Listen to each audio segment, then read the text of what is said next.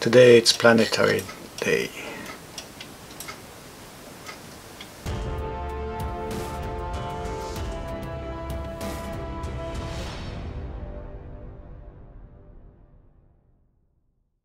Hey guys, today I want to go in more details about the planetary gear that I have here for the rewinding system on my clock.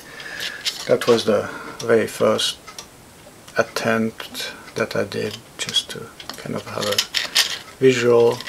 The main parts of a planetary gear: here's the sun, goes in the middle. Here's the planet carrier with 2 planets.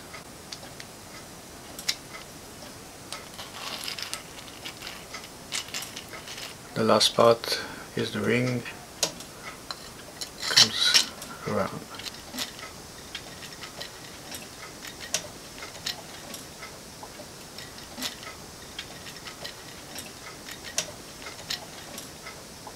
This was just a model to kind of have a 3D experimenting thing, so then I did more. This was the very first I did for a clock, and there's a string. Here I'm rewinding.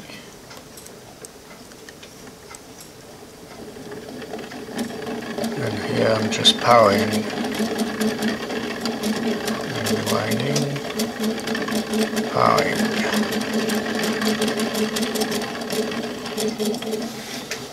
That was not a very good one. You can see there's a lot of play. So I came up with another solution. That's the parts. Let's take it apart.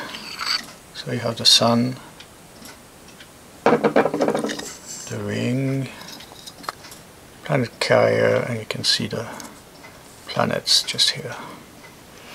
I take this apart. That's what we have inside. 3 gears. Problem with this gets too wobbly. So I came up with this idea. There's an extra area roller that rolls and guides the sun a little bit better, and that's the idea here. That's the idea. You can see the planet rolls onto the sun to improve the stability of the planet carrier. Now it's a little bit trickier to put it together. So that's the front part of the planet carrier. I need to put those just a space to put it at the right depth, and then that puts the position just right.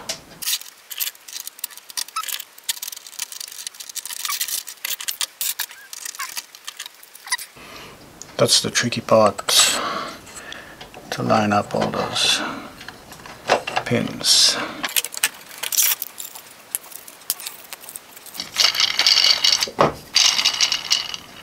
And then the ring with the drum for the string.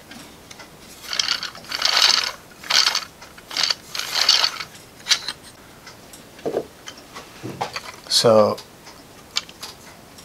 that's the very first one, and then that's the section on Fusion 360. That's the second one, the one in the clock behind me. And here's a section in Fusion 360.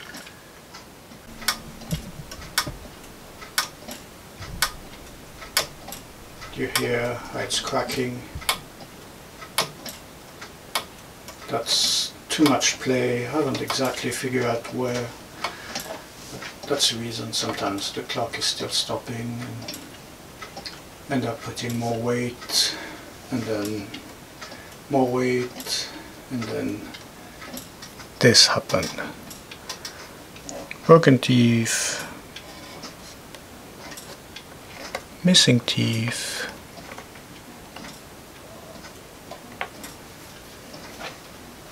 And I had to remake. So that's why it's work in progress.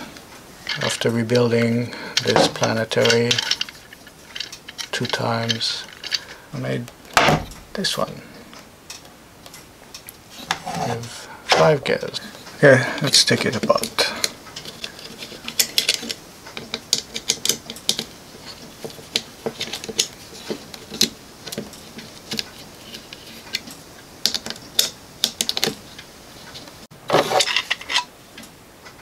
This is the ring, the output gear.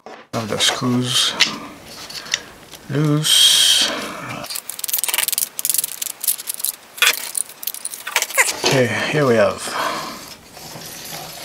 5 planets, and you can see there's really not much play because of this. It's a little bit stiff. I'm planning to do something like this. Still need to sand it a little bit. I need to print 4 more of those. I like to print them separately because the stringing will just increase the bumps and things here, and I'll have to sand it. And that should work just like so. This I need still to finish it, and then I can try it on my clock. So I've learned a lot of ways of not doing good planetary gears. So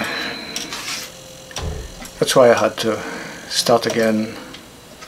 So basically the last one here, that's the 4th edition set of planetary gears. And when things are not really working the way I want, sometimes I just move to another project for a while until the idea to fix things come. So that's why sometimes I'm jumping from one project to another. I'm still working on the grasshopper escapement clock, not fully rewinding like this, but more simple. I learned that John Harrison had made a significant invention to all the clocks. It's a maintain power device, and I have a prototype here. Basically it just has a spring in the middle, so it gives power to the clock for a few seconds while rewinding. But it's not quite finished yet, but I didn't find much information about it. I have just those 2 drawings. That was one, and this is another one. Interestingly enough, there's not much videos on YouTube either, so this device will be the subject on the video. Another project I want to do one day is remake the Galileo escapement clock, fully 3D printed, not with a wood frame like this one. So that will be coming, and I just started to make some gears. First 2. So that will be coming too. That's it for this week. Thank you for watching. Please like, subscribe, and see you next time. Bye.